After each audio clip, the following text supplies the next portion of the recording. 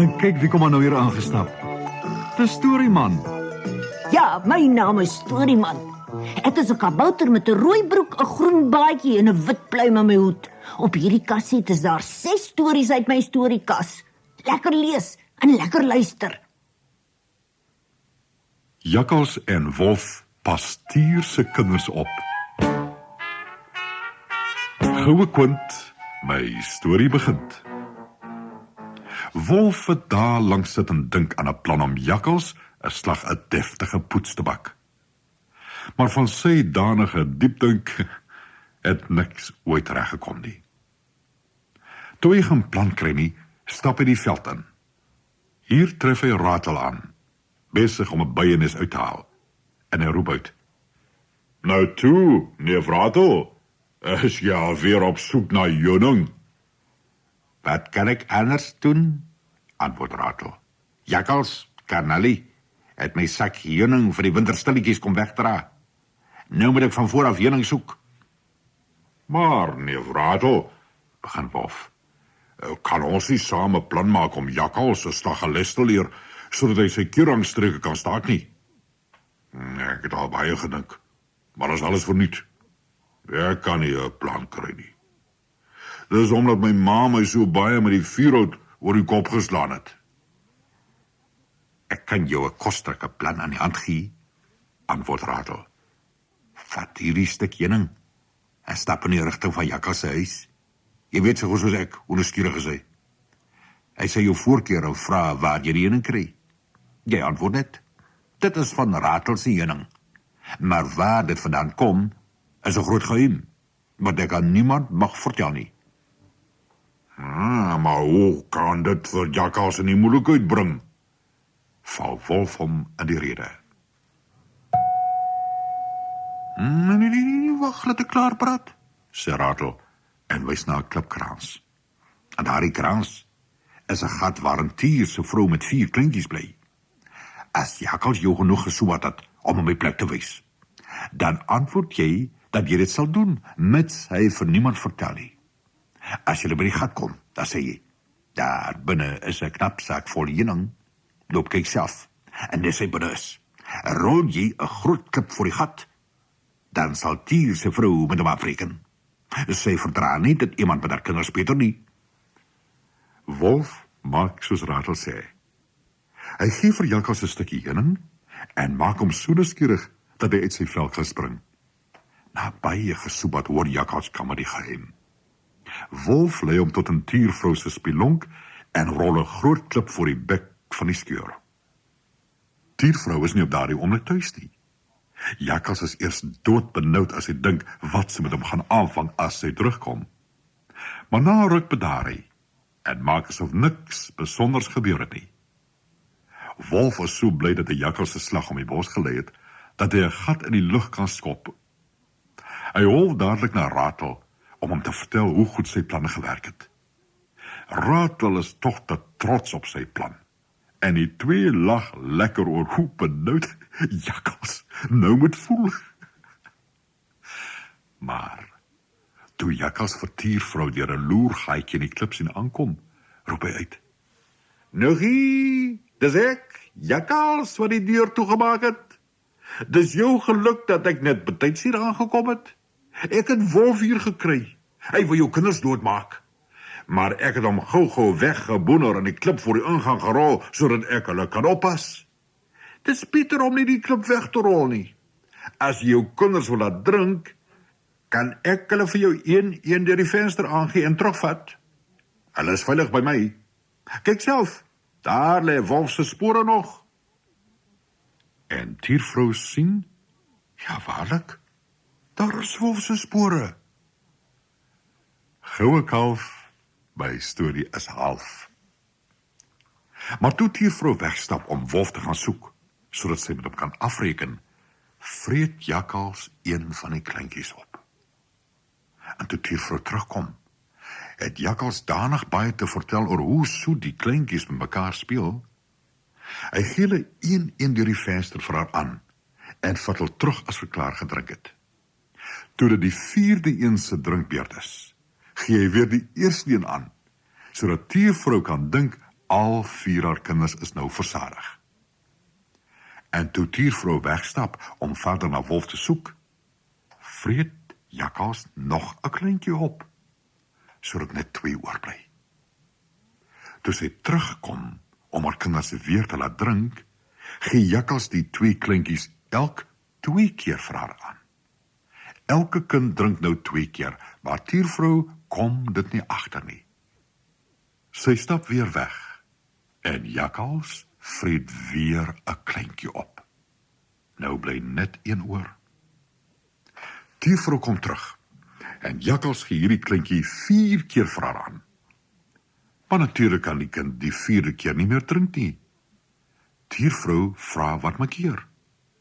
Maar Jakkals het dadelik antwoord reg. Ek dink hy is nog nie uitgeslaap nie, maar nuggie, moet jy toch nie daaroor ontstel nie. Kyk hoe vol is hy nog van die vorige keer se drink, môre gaan dit weer beter. Tiervrou stap weer weg, en Jakkals vreet die laaste kleintjie op.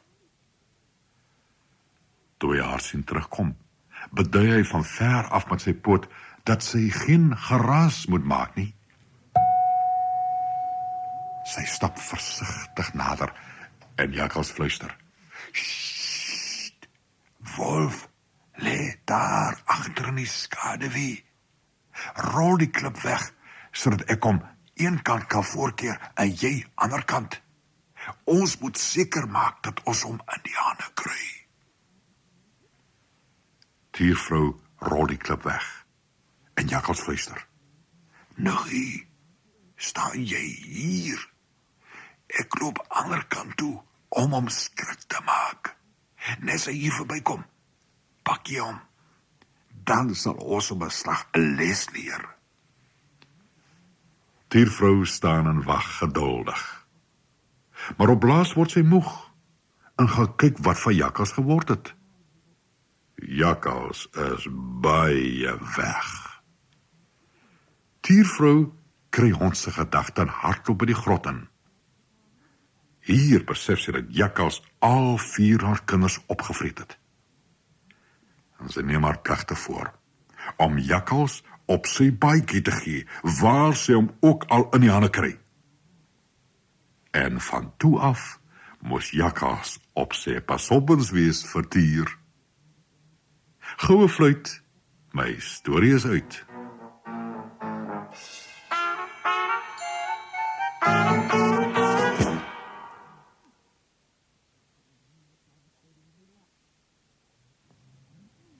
Die tonteldoos. Op 'n goeie dag het 'n soldaat wat in die oorlog was, met die groot pad huis toe gestap. Terwyl hy 'n vrolike deuntjie fluit, sien hy skielik 'n ou vrou onder 'n groot eikeboom sit. "Luister, seun," Roep sy uit. "ek kan jou ryker maak as wat jy ooit kon droom." Die soldate op met fluit toe hy die ou vrou sien. Sy is so lelik dat sy sweerlike heks moet wees. "Ja," sê hy. "Sê my hoe ek so ryk kan word." Die ou heks klop aan die eikeboom. "Hierdie eikeboom is hol," Sê sy. "Ek is nou al te oud en te styf om daarin af te klim, maar as ek 'n tou om jou lyf vasmaak, kan ek jou in die geheime kamer laat afsak. Daar sal jy 3 deure kry. Agter die eerste deur staan 'n trommel vol kopermunte. Dit word bewaak deur 'n groot hond wat op die deksel sit. Moenie bang wees nie. Gooi maar net my voorskoot op die vloer oop en sit die hond daarop neer." "Koper sal my nie ryk maak nie," sê die soldaat. "Wat lê agter die tweede deur?"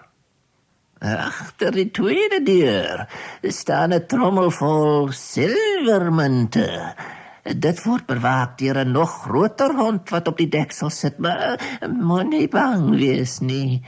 Tel die hond af en sit hom op my voorskot neer, dan kan jy soveel van die silwer vat as wat jy wil."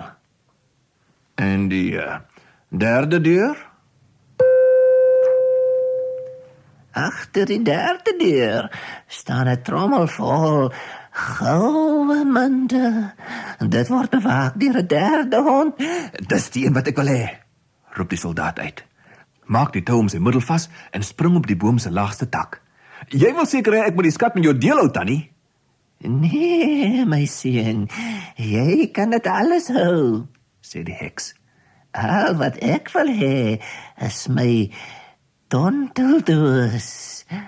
Ek het dit daar vergeet toe ek laas daaronder was. Hier, onthou om my voorskoot saam te neem, anders byt die honde jou. En sit elke hond op sy trommel terug. Sy laat die soldaat deur die donkerte van die holboom afsak. Al laer en laer deur die donker aarde. Skielik raak sy voet aan die grond en die lig van 100 lampe skyn in sy oë. Toe sien hy dat hy in 'n groot saal met 3 deure is. Stadig maak hy die eerste deur oop.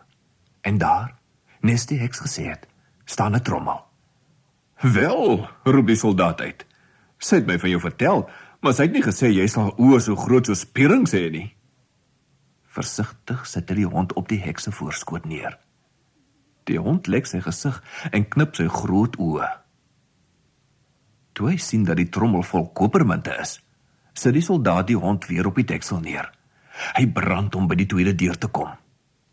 Agter daardie deur staan nog 'n trommel en op die deksel sit 'n hond met oë so groot soos borde.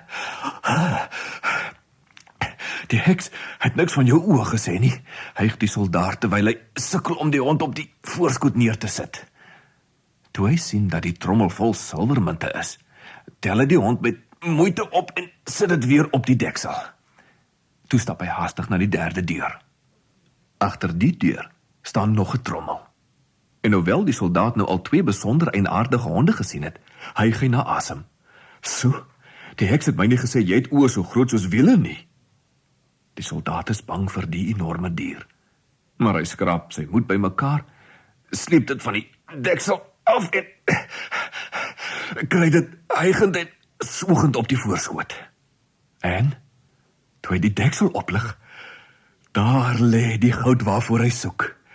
Hy prop goue munte in sy sakke totdat hy skaars kan beweeg. Dit is net met die uiterste kraginspanning dat hy die reuse hond weer op die deksel gelig kry. Al sy sakke is propvol goud.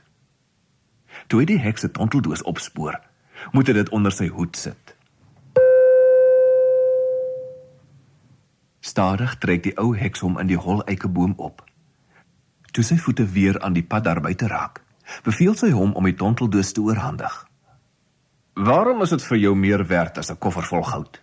Vra die soldaat. Sê my waarom, anders hou ek dit vir myself. Nee, jy sal nie. Jy sal nie!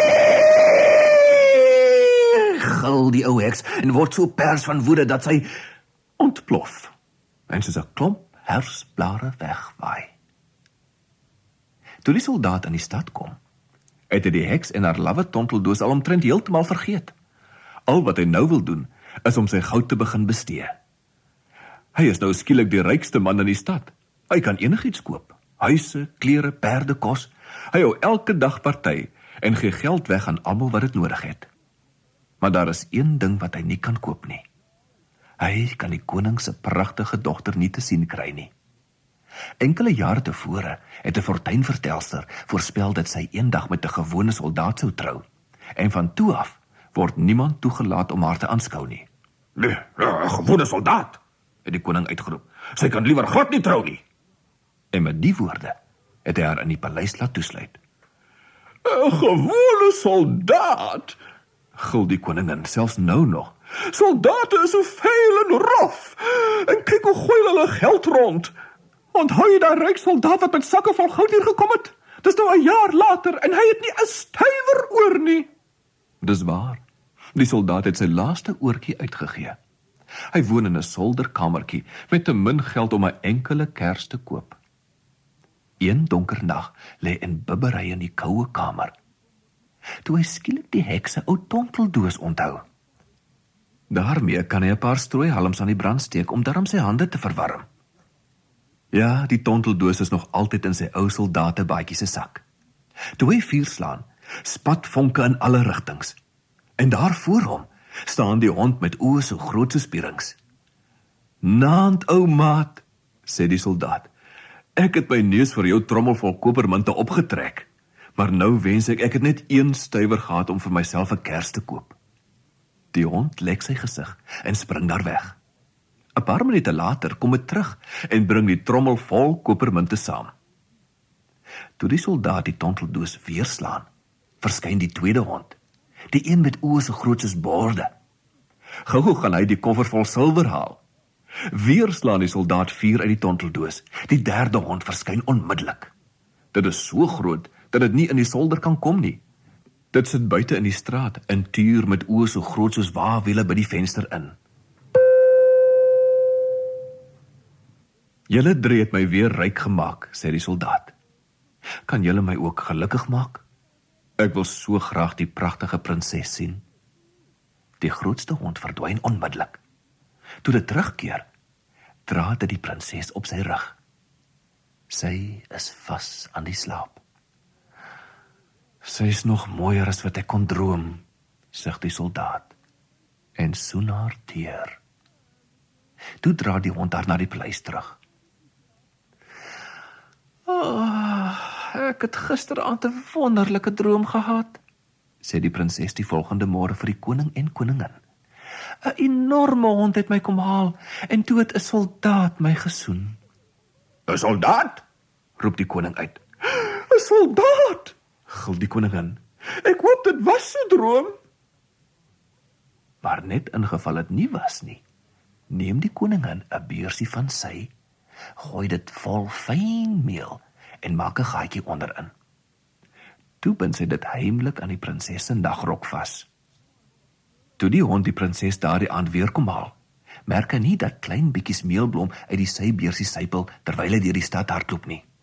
In die volgende oggend is dit vir die koning en koningin maklik om die wit spoor te volg, reguit na die soldaat se solderkamertjie.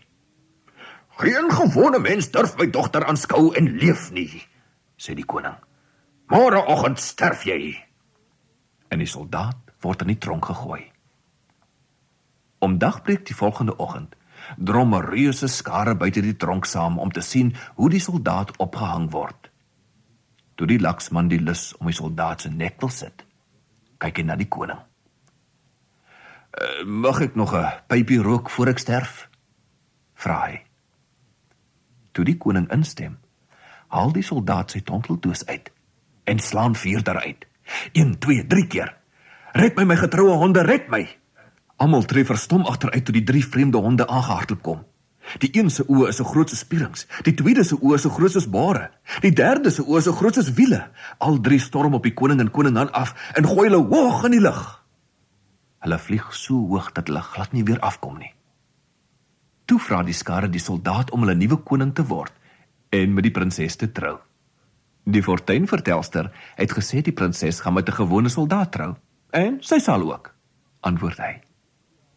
Toe nooi hy almal na 'n banket uit, waar die towerhonde die eregaste is. En toe die honde die feesmaal voor hulle sien, rek hulle oë nog groter.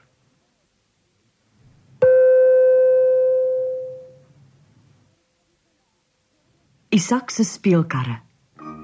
Isak is oorstelp van vreugde toe die merel Bella in die tuin neersit. "Maar waar is die ander?" vra hy. "Wat het gebeur?" "2 trolle het ons gegryp en in sakke geprop en ons bos toe gevat. En hulle gaan ons bande en die hemel weet wat nog alles eet." "Gou, wys my die pad," sê Isak en sit vir Bella onder sy arm. "Volg my," roep die merel en die 3 haas hulle na die woud.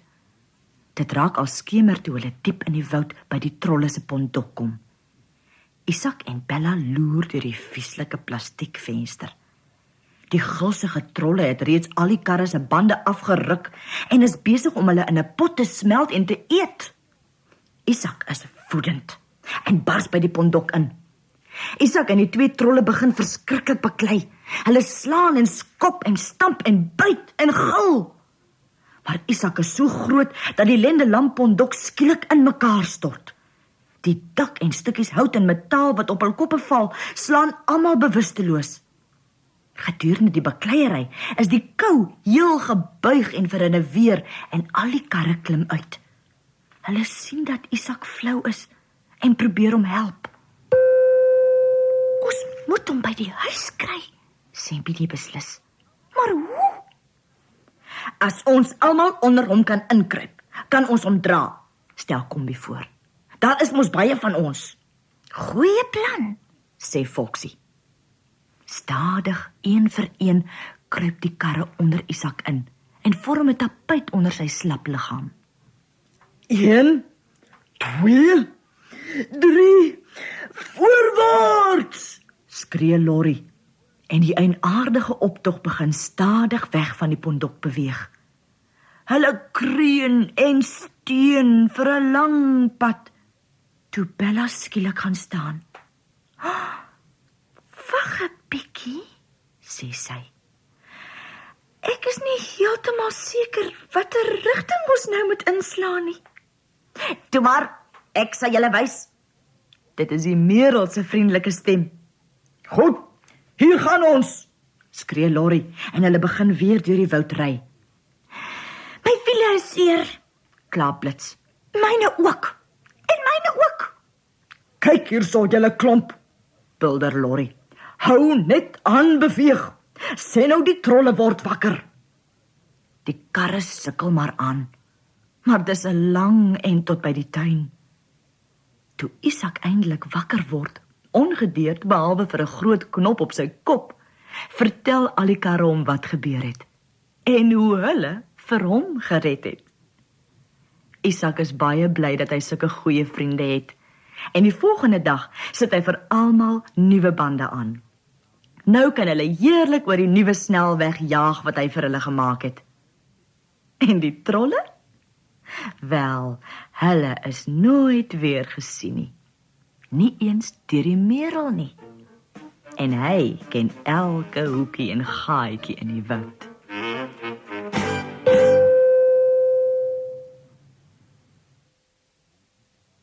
Pinocchio, die Wonderveld.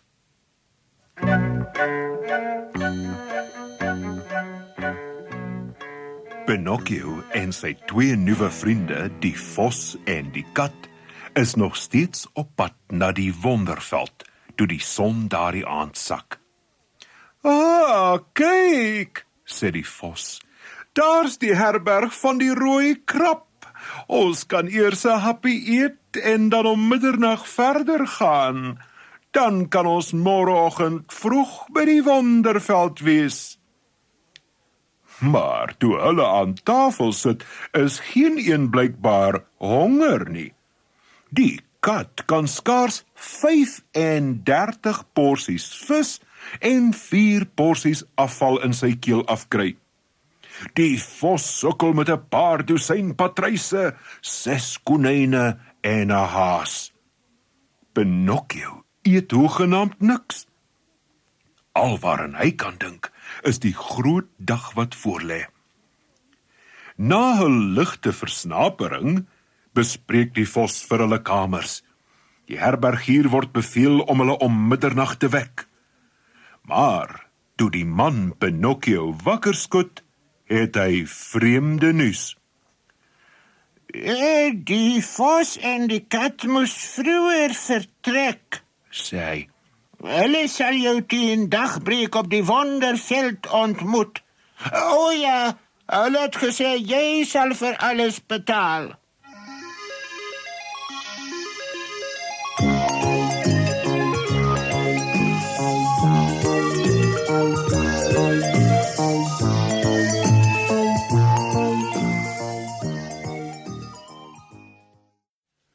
Pinocchio gee die man een van sy 5 kosbare goue munte en stap haastig verder. Dit is 'n donker, bewolkte nag en hy fluit om moed te hou. Alles lyk baie spookagtig. Hy's nou deur 'n digte woud onderweg. Skielik hoor hy blare agter hom ritsel. In die halfdonker sien hy 2 swart figure. En hulle kom agter hom aan. Toe hy sien dat die rowers hom vinnig inhaal, sit Pinocchio die 4 goue munte in sy mond en klim in 'n boom. Hier sal hy tog seker veilig wees. Maar toe hy afkyk, sien hy dat die rowers die boom aan die brand gesteek het.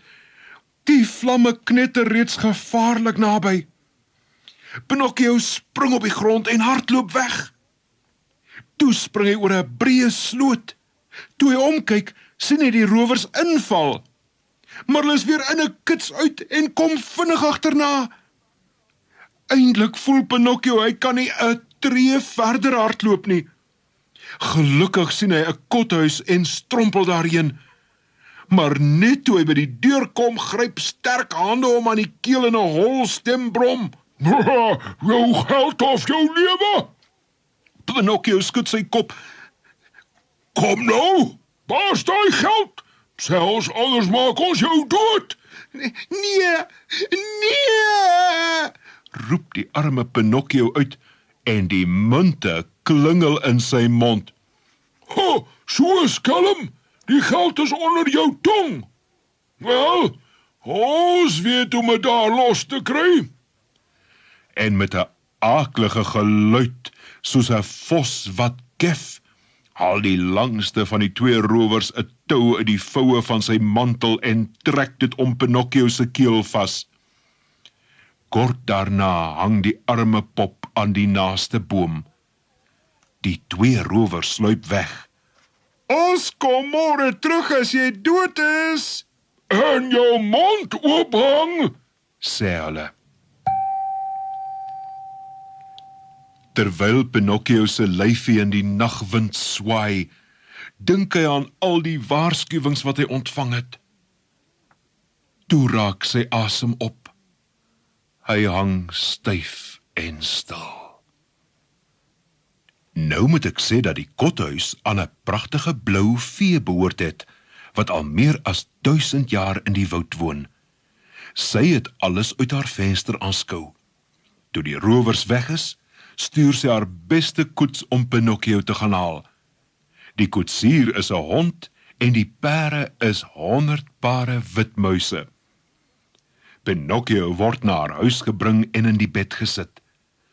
3 bekommerde dokters word ingeroep, 'n uil, 'n kraai en 'n kriek. Toe Pinocchio wakker word, hoor hy die kriek praat. Ek het daardie pop al tevore gesien. Hy is 'n niksnuts, 'n ongehoorsame seun wat nog sal veroorsaak dat sy pa van 'n gebroke hart doodgaan. Pinocchio bars in trane uit. Vir die dokters is dit 'n goeie teken, want nou weet hulle ten minste dat hulle pasiënt leef. Wanneer 'n dooie mens huil, is dit 'n teken dat hy gesonder word. Ho, die uil. Ek dink ons kan nou maar vertrek, meneere. En daar gaan hulle. Die blou vee voel aan Pinocchio se voorkop. Hy het nog koors en is baie siek. Liefdevol maak sy vir hom medisyne. Maar omdat dit bitter is, weier die pop om dit te drink. En toe die vee hom suiker gee om dit soeter te maak, eet hy die suiker en weier die medisyne. Net toe swaai die deur oop. 4 swart hase kom in. Hulle dra Pinocchio se doodkus. Ons het jou kom haal, Sê die leier van die hase. My kom haal, gil Pinocchio. Maar ek is nie dood nie. Vee, vee, gee tog vir my die medisyne. En hy sluk die bitter vloeistof weg. Weer ons tyd verspil. Kla die hase. Al die moeite te vergeefs. En hulle verlaat die kamer morrend en mompelend. 'n Paar minute later is Pinocchio weer gesond. Dit is heeltemal normaal. Houtpoppe bly nie lank siek nie. Hy vertel die vee die hele storie en spog oor hoe slim hy was om die goue munte onder sy tong weg te steek. Maar waar's die munte nou? Vra die vee. Hulle het weggeraak, sê Pinocchio, en dadelik begin sy neus groei. En waar het hulle weggeraak? In die bos. En sy neus groei nog langer. Ek onthou, hulle het nie weggeraak nie. Ek het hulle ingesluk. En toe hy daardie geweldige leuen vertel, word sy neus so lank dat hy nie kan omdraai nie. As hy links draai, tref sy neus die bed. En as hy regs draai, tref dit die ruit. Jy jok darm baie, Pinocchio, glimlag die vee. En sy verduidelik dat elke leuen sy neus sal laat langer word. Arme Pinocchio voel ellendig en die vee moet haar lag onderdruk.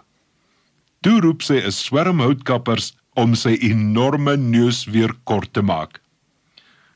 Jy is darm dierbaar, vee, Sê hy nederig. ek is baie lief vir jou. Ek is vir jou ook lief, Pinocchio, en ek sal vir jou sorg. Maar nou moet jy van die wonderveld vergeet en na jou vader Geppetto terugkeer. Hy is doodbekommerd oor jou. Toe neem Pinocchio met 'n soen van die vee afskeid en stap haastig deur die woud. Maar toe hy verby die boom gaan waar die rowers hom opgehang het, staan die vos en die kat daar. Ah, maar dis mos ons liewe Pinocchio, roep die vos uit en omhels hom. Wat maak jy hier? Ja, wat maak jy hier? Vra die kat. Pinocchio vertel weer sy storie, terwyl die twee slinkse diere maak asof hulle verbaas is. Wat 'n droewige verhaal, maar hulle sal hom help. 'n Mens kan raai wat toe gebeur het. Spoedig het Pinocchio Geppetto vergeet en saam met die vos en die kat na die wonderveld vertrek. Na 'n staptog van 'n halfdag kom hulle op 'n dorp wat Stryk der Dwaase genoem word. Honderde arme bedelaars drom in die strate saam en 'n kilometer verder kom hulle by 'n leë veld. Hier is ons nou. Hyg die vos. Grawe nou 'n gaatjie, Pinocchio. Dis reg. Sit nou die munte in. Sprinkel die knypie sout daaroor en gooi die gat weer toe. Is dit al? Gooi net nog 'n bietjie water daarop. Goed, dis uitstekend. Nou gaan ons almal weg en as jy oor 2 uur terugkom, sal jy sien dat 'n welige boompie deur die grond opgegroei het met sy takke vol goue munte. Pinocchio kan sy vriende nie genoeg bedank nie. Hy wil hulle moet minstens 1000 van die nuwe munte as beloning neem. Maar die kat wil nie daarvan hoor nie. Ons het geen beloning nodig nie. Dit is vir ons heeltemal genoeg om jou so ryk en tevrede te sien. Met die woorde neem hulle van mekaar afskeid. Pinocchio stap na Stryk der Dwaase terug en tel die minute op die kerkklok af. Toe die 2 uur byna verby is, gaan hy na die veld om sy goud te gaan haal. Sy kop is vol planne oor hoe hy die geld gaan bestee en Geppetto gaan help. Maar toe hy by die veld kom, sien hy niks. Hoegenaamd niks. Met 'n aaklige hol gevoel op sy maag hardloop Pinocchio na die plek waar hy die munte begrawe het. Iemand het die gat weer oopgegrawe en dit is dolleeg. Toe Pinocchio wanhoopig op sy knieë val, hoor hy iemand agter hom kekkelend lag. Hy draai om en sien 'n groot papegaai op 'n tak. Jy's darm 'n dwaas. Ek het my byna dood gelag toe ek jou daardie goud sien plant. Toe jy weg was, het die geslepe ou vos en kat teruggekom, die munte opgegrawe en soos die wind laat vat. Met die papegaai se kekkelende lag in sy ore, stap Pinocchio vinnig na Stryk der Dwaase, gaan na die geregshof en eis dat sy saak verhoor word. Die regter is 'n gorilla. Pinocchio beskuldig die kat en die vos van bedrog en diefstal. Toe die regter die getuienis gehoor het, lui hy sy klok en spreek sy vonnis uit. Jy is 'n dwaas, Pinocchio, en dwaase moet boet. Aangesien jy 4 goue munte verloor het, sal jy reguit tronk toe gaan en 4 maande daar bly. Met 'n swaar slag sluit die tronkdeur agter Pinocchio, die arme pop wat net nie soet kan wees nie.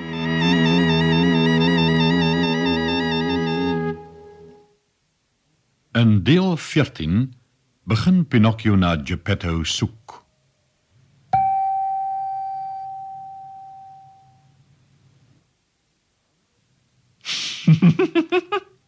Die 3 blesse. Op 'n dag het Lenny vir Mark en 'n klomp ander kinders na sy verjaarsdagparty uitgenooi. 'n Paar dae voor die party sê Mark se ma: "Ek moet jou hare knip."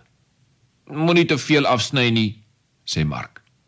"Maar dit is glad te lank," sê sy en begin knip. Toe Mark in die spieël kyk, sien hy dat sy glad te veel afgeknip het. En sy het 3 blesse op sy kop gelaat, 3 kaalkolle. Nou sal ek Lenny se party glad nie geniet nie, dink Mark. Hy sit sy cowboyhoed op om die blesse te bedek en gaan speel. "Hoekom dra jy 'n cowboyhoed?" vra Jan. "Sommer," sê Mark. "Maar dis warm," sê Diana. "Jou kop sal sweet." "Dis goed vir mense kop om te sweet. Sweet laat jou hare groei of hoe," sê Mark. "Ons gaan vir Lenny 'n present koop," sê Diana. "Kom saam." "Goed," maar Mark dink. Nou dat ek 3 blesse het, sal ek miskien nie na Lenny se party gaan nie. Mark se vriende is almal in die winkel om geskenke vir Lenny te koop. "Waarom dra jy daardie cowboyhoed?" vra die man agter die toonbank. "Sodat sy kop kan sweet," antwoord Diana. "Sweet laat jou hare vinniger groei," sê Jan en Diana saam. Mark het goeie vriende. Hulle weet altyd wat om te sê. Mark dra die volgende dag sy cowboyhoed skool toe. "Waarom haal jy jou hoed nie af nie?" vra sy juffrou. "Ek kan nie," antwoord Mark. En hy dink, "Ek moet my blesse bedek." Daardie aand draai sy cowboyhoed aan tafel ook. Sy pa sê, "Haal daar die hoed af." Sy pa het 'n groot bles. Mark kyk daarna en besluit dat hy die saak nie kan verduidelik nie. Hy haal maar sy hoed af. Na ete gaan hy na sy slaapkamer, sluit die deur en kyk in die spieël om te sien of sy hare al gegroei het. Dit het nie. As ek met my cowboyhoed gaan slaap, dink hy, kan my kop die hele nag sweet en miskien groei my hare. Die volgende oggend vroeg gaan kyk hy in die spieël. En hy kan nog altyd 3 blesse sien. Later in die dag kom Jan en Diana hom haal. "Is jy reg vir die partytjie?" vra Diana. "Ja," sê Mark. "Maar dit gaan nie lekker wees nie," dink hy. "Gaan jy die cowboyhoed dra?" vra Diana. "Ja," antwoord Mark en hy dink.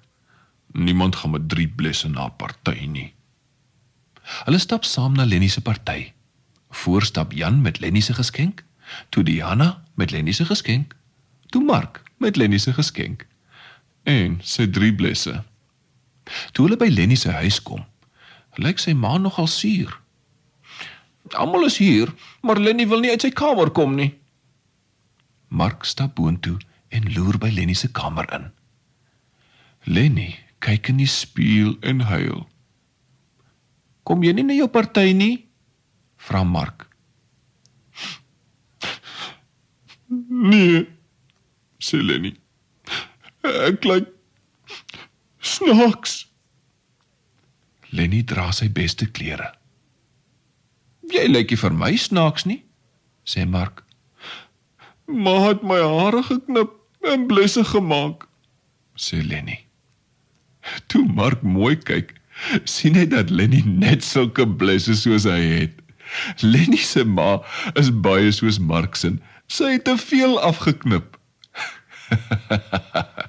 Mark lag, haal sy cowboyhoed af en wys vir Lenny sy blesse. Lekker verjaar, Lenny, sê hy, en toe lag Lenny ook. Die twee maats stap met blisse en al na die voorkamer, en hulle het die partytjie gate uitgeniet.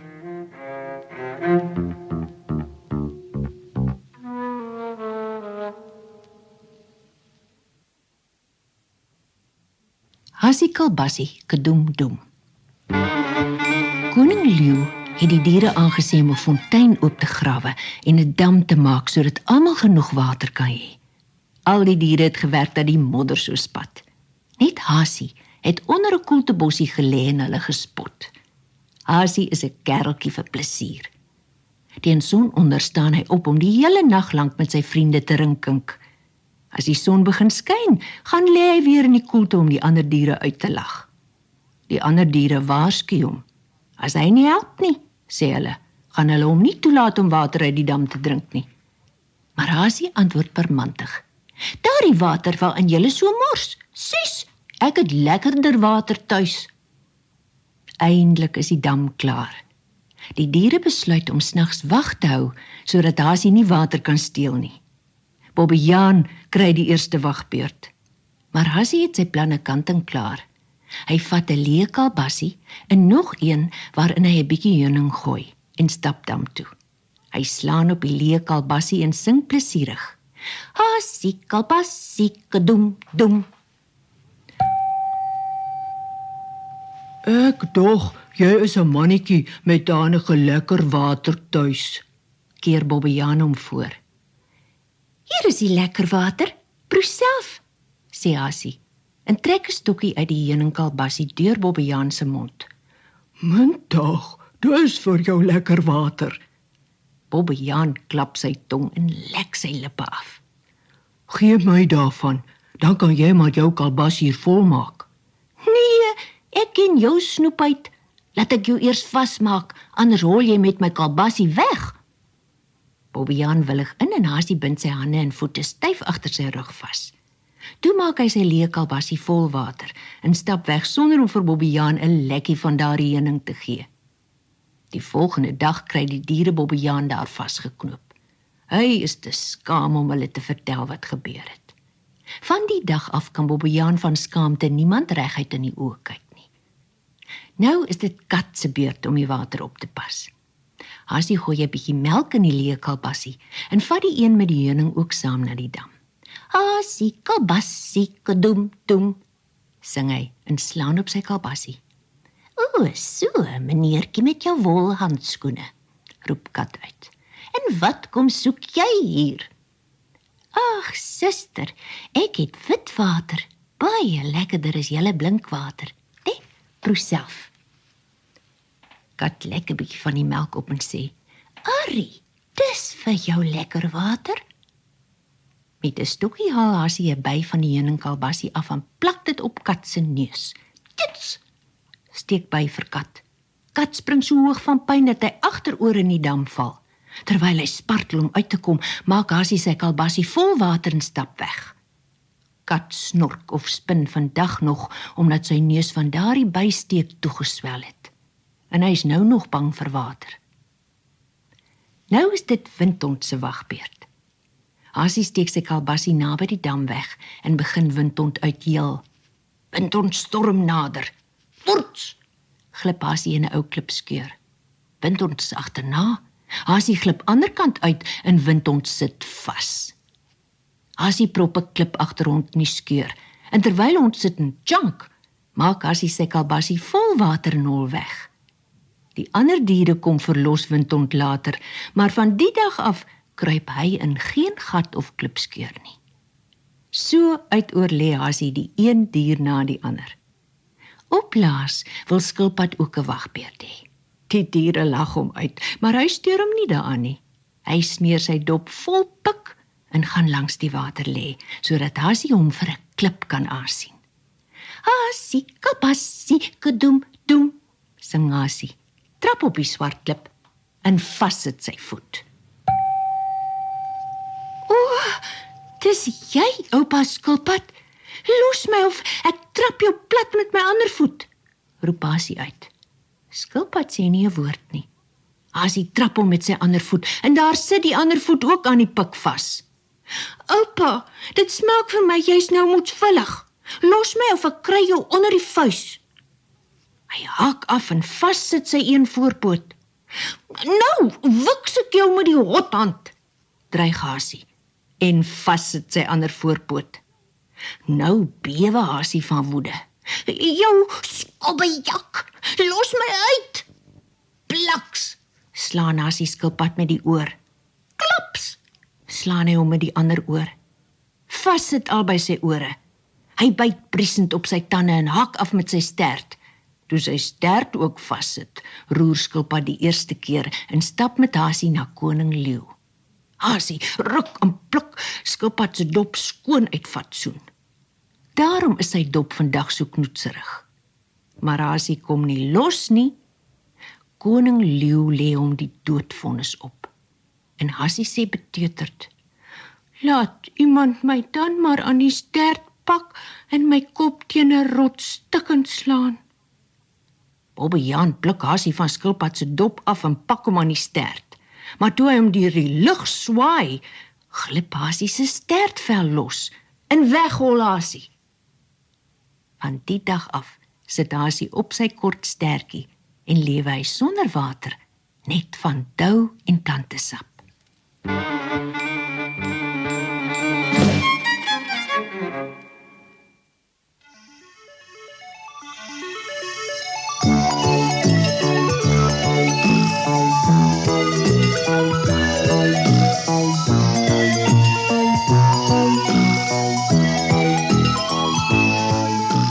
Hier is Storieman weer. Volgende keer bring ek julle nog 6 stories uit my storiekas. Hulle is Bobbejaan en Skilpad plant vyebome, Aspoestertjie, Pinocchio, die groot soektog, Wilhelm Tell, Jakkals, Duifie en Reier, Brok die Glok, deel 1. Moet hulle nie misloop nie. Totsiens, mooi bly.